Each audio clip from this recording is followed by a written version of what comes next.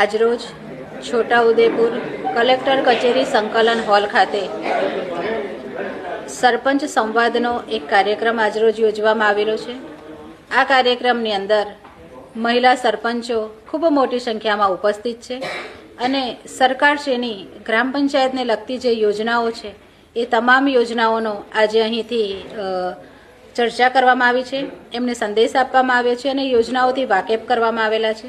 સાથે સાથે જ બેટી બચાવો બેટી પઢાઓ વાલી દીકરી યોજના અંતર્ગત જે યોજના છે એ યોજનાની પણ તમામ બહેનોને સરપંચશ્રીઓને આ યોજનાની માહિતી આપવામાં આવેલી છે।